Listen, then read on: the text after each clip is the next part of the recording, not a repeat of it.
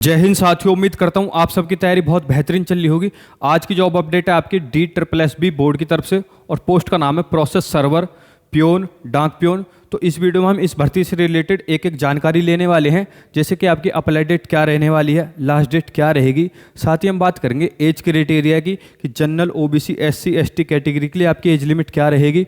Selection process की बात करेंगे कि आपका सिलेक्शन कितनी स्टेज में होगा और आपकी उन स्टेजों में भी आपका एग्जाम पैटर्न क्या रहेगा। एग्जाम में आपके टोटल कितने सब्जेक्ट आएंगे और उन सब्जेक्ट में भी आपका डिटेल में मैं आपको सिलेबस बताऊंगा। साथ ही हम बात करेंगे क्वालिफिकेशन की।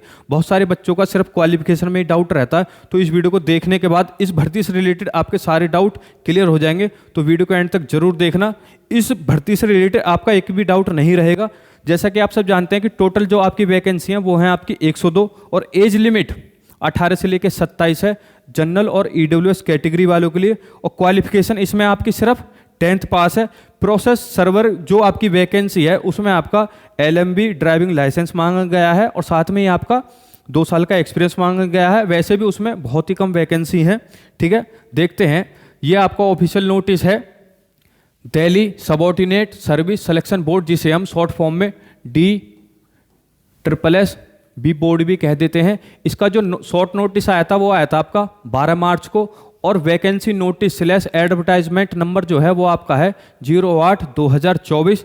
इसके जो आपके डेट ऑफ एप्लीकेशन यानी कि अप्लाई डेट रहेगी वो रहेगी आपकी 20 मार्च दोपहर 12 बजे से और आपकी लास्ट डेट रहेगी 18 अप्रैल रात के 11 बजे तक।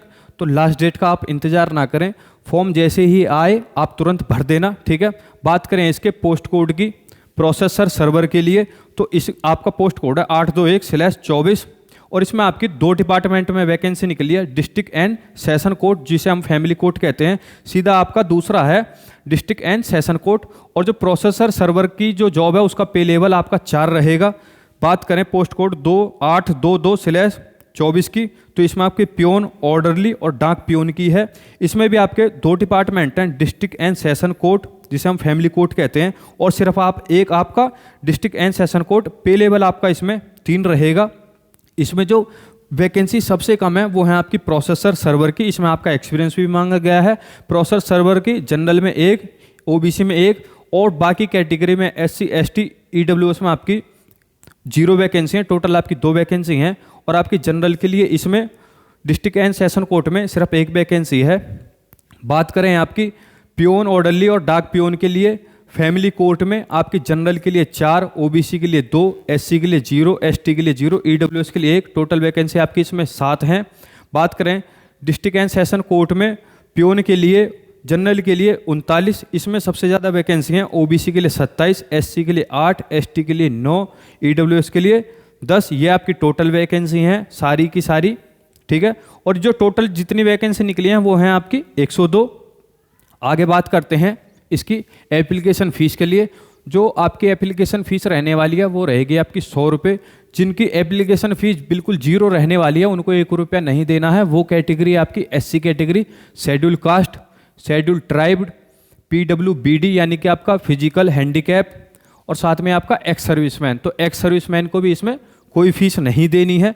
मैं आपकी जानकारी के लिए बता दूं, जो आपकी इसमें फीस जाएगी वो सिर्फ जाएगी आपकी, जैसे कि आप ये पढ़ भी सकते हैं, the candidate submitting their application online should pay the requisite fees only through SBI E-Pay। तो आप इसकी जब भी फीस दें तो SBI E-Pay के ही थ्रू दें, वरना आपकी जो एप्लीकेशन है वो रिजेक्ट हो जाएगी। ठीक है, उम्मीद करता हूँ फीस के बारे में आपका एक डाउट क्लियर हो गया होगा। ठीक है, बात करते हैं आपकी पोस्ट प्रोसेसर सर्वर के लिए, जिसकी पोस्ट कोड है 821/24। इसमें आपकी टोटल जो वैकेंसी हैं वो आपकी 2 हैं और साथ में ही आपका इसमें 10th पास और या फिर आपके इक्विवेलेंट में 10th के ही इक्विवेलेंट में आपके पास कोई भी डिग्री है या फिर आपने इसकी क्वालिफिकेशन है तब भी आप इसका फॉर्म भर सकते हैं। या फिर आपकी higher education with driving licence of LMB and 2 साल का आपका एक्सपीरियंस। ठीक है, तो ये आपकी एक्सपीरियंस बेस पर जॉब है। एक्सपीरियंस जैसा कि मैंने आपको बता दिया। ठीक है, पे लेवल आपका जो रहेगा वो रहेगा आपका 25,500 से लेकर के 81,100 रुपये जो आपकी इन हैंड सैलरी मिल जाएगी। ये जो आपकी 25,500 है ये आपकी बेसिक पे है। इसमें DA यानी कि dearness allowance, HRA, house rent allowance मिला करके आपकी ये कम से कम आपकी ये 40,000 तक पहुंच जाएगी। ठीक है, बात करें आपकी एज लिमिट की, तो एज लिमिट मैंने आपको पहले ही बता दिया कि 18 से लेकर 27 है। ओबीसी के लिए 3 साल की छूट है और SC ST कैटेगरी के लिए 5 साल की छूट है। आगे बात करेंगे आपके इसमें इसी की प्रोसेसर सर्वर के लिए फैमिली कोर्ट की वो जो आपकी वैकेंसी थी वो फैमिली कोर्ट के लिए थी, और ये है आपकी डिस्ट्रिक्ट कोर्ट के लिए, डिस्ट्रिक्ट एंड सेशन कोर्ट के लिए। इसमें जो आपकी टोटल वैकेंसी है वो आपकी एक है, और इसमें भी आपकी सेम क्वालिफिकेशन है, या तो आपने 10th की हो और आपके पास LMB ड्राइविंग लाइसेंस हो और आपके पास 2 साल का एक्सपीरियंस होना चाहिए। पे लेवल आपका सेम ही रहेगा, एज लिमिट आपकी सेम है, ठीक है, बस वैकेंसी अलग है, डिपार्टमेंट अलग है। वो आपका फैमिली कोर्ट है, ये आपका डिस्ट्रिक्ट एंड सेशन कोर्ट है, ठीक है, बस इतना ही डिफरेंस है। बात करते हैं आपके प्योन, ऑर्डरली और डाक प्योन के लिए, जिसकी पोस्ट कोड है 822/24। इसके लिए जो वैकेंसी है वो आपकी जनरल में 4, OBC के लिए 2, SC ST में आपकी 0, EWS के लिए 1, टोटल वैकेंसी आपकी 7। बात करें इसमें एक्सपीरियंस की, आप देख लीजिए पहले, एक्सपीरियंस इसमें नील है, नील का मतलब 0। एजुकेशन क्वालिफिकेशन की बात करें तो आपकी इसमें सिर्फ 10th पास होनी चाहिए। यदि आपने 10th भी नहीं किया तो उसके इक्विवेलेंट में आपके पास कोई क्वालिफिकेशन हो, ठीक है, एक्सपीरियंस इसमें नहीं चाहिए। पे स्केल की बात करें तो आपका 21,700 से लेकर के 69,100 यानी कि 69,100 रुपये आपकी जो इन हैंड इसमें सैलरी मिल जाएगी, वो आपकी करीब करीब 30,000 तक मिल जाएगी, सारे अलाउंस मिला करके। और एज लिमिट आपकी इसमें मैंने आपको बता दिया 18 से लेकर 27 है, OBC के लिए 3 साल और SC ST के लिए 5 साल, ठीक है। बात करते हैं आपके इसी पोस्ट के लिए प्योन, ऑर्डरली, डाक प्योन। आपकी ये जो आपकी वैकेंसी थी ये आपकी थी फैमिली कोर्ट के लिए, और ये आपकी है सिर्फ डिस्ट्रिक्ट एंड सेशन कोर्ट के लिए। इसमें आपकी अच्छी खासी वैकेंसी है। जनरल के लिए 17+22, OBC के लिए 11+16, SC के लिए 6+2, ST के लिए 3+6, EWS के लिए 4+9। टोटल जो आपकी वैकेंसी है इसमें 92 है। एजुकेशन क्वालिफिकेशन की बात करें तो आपकी मैट्रिकुलेशन, जिसे हम सिर्फ 10th बोल देते हैं। एक्सपीरियंस आपका इसमें नील है, ठीक है, यानी एक्सपीरियंस नहीं चाहिए। पे स्केल जो रहेगा आपका सेम रहेगा, 21,700 से लेकर के 69,100 रुपये। इसमें आपको इन हैंड सैलरी करीब करीब 30,000 तक मिल जाएगी। एज लिमिट इसमें आपकी 18 से लेकर 30 साल है। उम्मीद करता हूं कि जितनी भी मैं आपको जानकारी दे रहा हूं वो आपको क्लियर हो रही होगी, और आप साथ के साथ स्क्रीनशॉट भी लेते रहिए, ठीक है।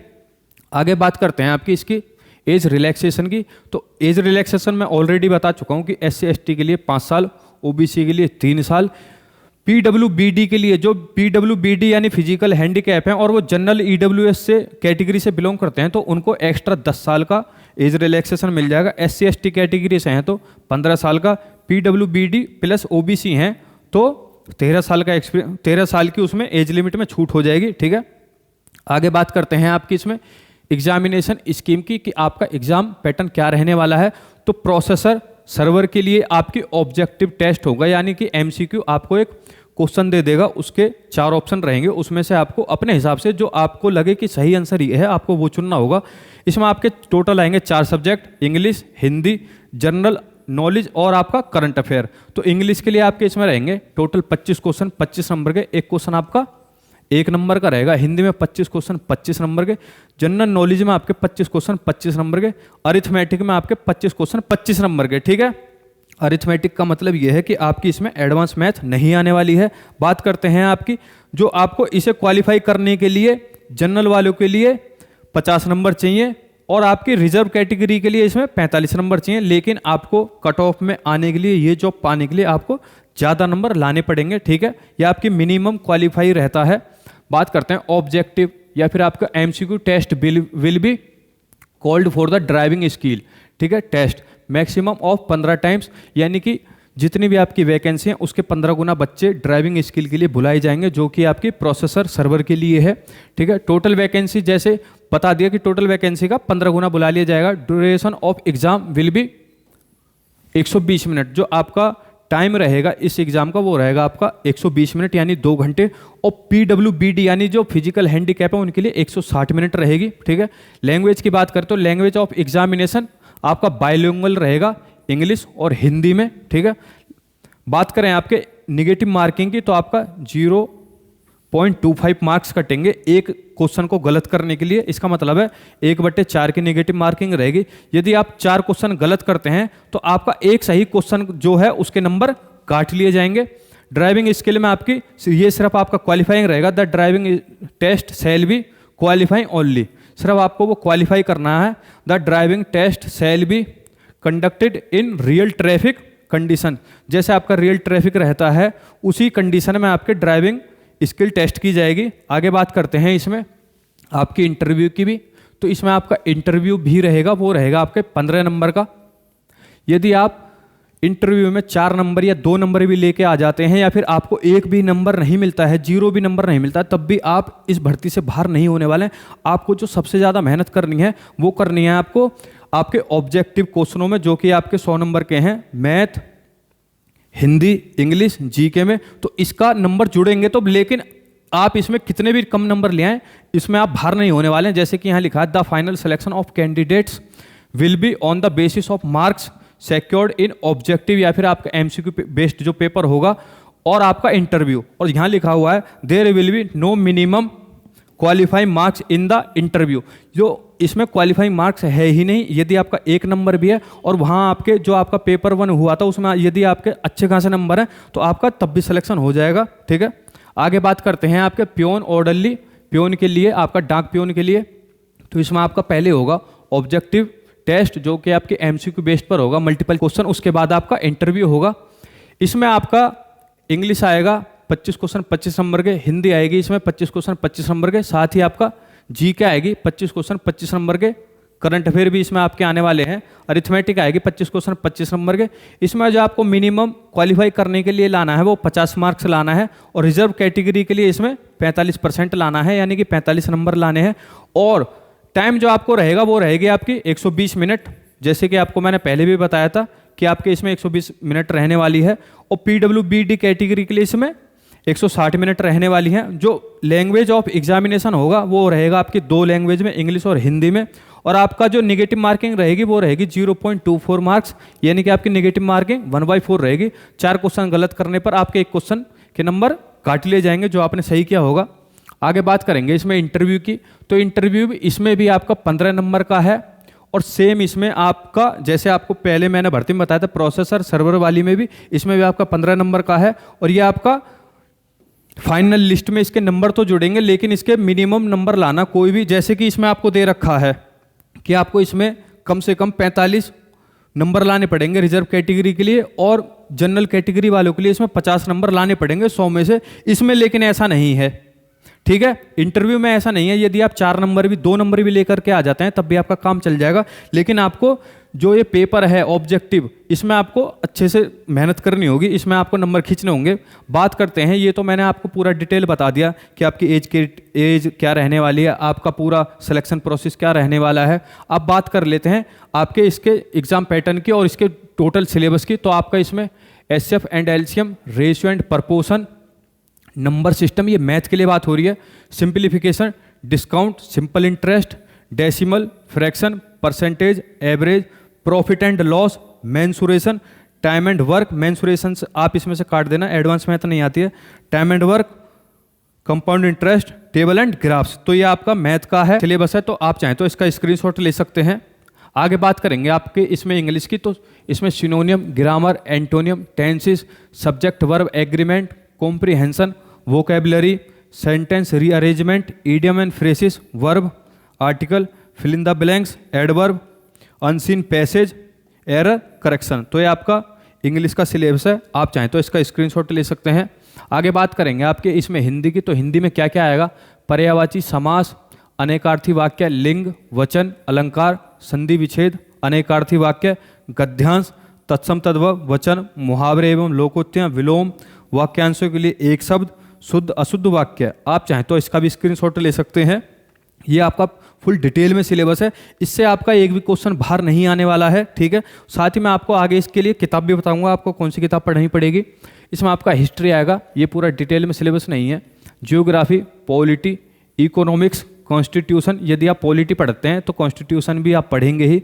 Sports, art and culture, national and international current affair, organisation, institution, science and research, everyday science. Everyday science में जो आपकी रोज़मर्रा ज़िंदगी में आप देखते हैं साइंस का प्रयोग, वही आपको इसमें बताना है, ठीक है।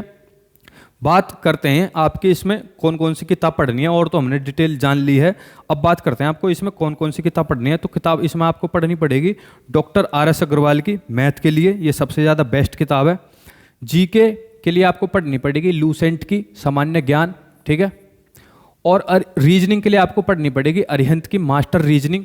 इन तीनों में खास बात क्या है, पहले आपको इसमें क्वेश्चन दिए होंगे, फिर आपको DSSB बोर्ड हो गया, SSC हो गया, बैंक हो गया, जितने भी आपके एग्जाम कंडक्ट होते हैं, चाहे वो SSC का हो, किसी का भी हो, ठीक है, किसी भी स्टेट का हो, इसमें आपको प्रीवियस ईयर क्वेश्चन मिल जाएंगे। तो आपको एक अंदाजा लग जाएगा कि हमारे प्रीवियस ईयर क्वेश्चन कैसे आते हैं, ठीक है। तो आप इन किताबों को खरीद सकते हैं। बात कर लेते हैं अब आगे आपकी हिंदी के लिए। तो हिंदी के लिए ये है आपकी आदित्य पब्लिकेशन की सामान्य हिंदी। इसमें आपको सारे के सारे चैप्टर मिल जाएंगे, जितना मैंने आपको डिटेल में सिलेबस बताया है। तो उम्मीद करता हूं आपको बुक लिस्ट से रिलेटेड सारे डाउट क्लियर हो गए होंगे, आपको पता चलेगा होगा कि आपको इस एग्जाम को क्लियर करने के लिए कौन सी किताबें पढ़नी पड़ेंगी। बात कर लेते हैं आपकी इसमें हाउ टू अप्लाई। बहुत सारे बच्चों का डाउट ये रहता है कि सर आपने बता तो दिया कि भर्ती आई है, सारा बता दिया कि इसमें अब ये बता दीजिए कि अप्लाई कैसे होगा। यदि आप अप्लाई करना चाहते हैं तो आप इस वेबसाइट पे जा करके DSSBonline.nic.in पर आप जाके अप्लाई कर सकते हैं। अप्लाई जो रहेगी आपकी वो रहेगी 20 मार्च से लेकर के आपके 18 अप्रैल तक, और यह रही आपकी वेबसाइट। तो आपको मैंने इसमें वेबसाइट भी बता दी है, ठीक है। आप बिल्कुल इसका फॉर्म अप्लाई कर लीजिए ना। तो इसमें आपकी क्वालिफिकेशन बहुत ज़्यादा हाई मांगी है। सारे डाउट क्लियर हो गए होंगे उम्मीद करता हूँ। यदि आपके सारे डाउट क्लियर हो गए और आपको ये वीडियो पसंद आई है तो प्लीज़ इस वीडियो को आप लाइक भी कर देना, शेयर कर देना उन दोस्तों के साथ जिन्होंने सिर्फ 10th पास की है और उनकी एज लिमिट अभी इसमें बच रही है, क्योंकि एज लिमिट अच्छी खासी है, 18 से लेकर 27 है। और OBC के लिए 3 साल की छूट है, नहीं 18 से लेकर 30 साल, और SC ST कैटेगरी के लिए 18 से लेकर 32 साल, और PWBD में यदि वो आते हैं तो 10-10 साल का अलग से एज रिलैक्सेशन है, ठीक है। कमेंट कर देना यदि आपका इस वीडियो में अभी भी कोई डाउट रह गया है इस भर्ती से रिलेटेड। वैसे तो मैंने सारे डाउट क्लियर कर दिए हैं, यदि आपका अभी भी कोई डाउट रह गया तो आप कमेंट कर सकते हैं। सब्सक्राइब कर लीजिए हमारे चैनल को ऐसी डेली जॉब अपडेट पाने के लिए और स्टडी मटेरियल के लिए। मिलते हैं आपसे नेक्स्ट वीडियो में, जब तक के लिए जय हिंद जय भारत।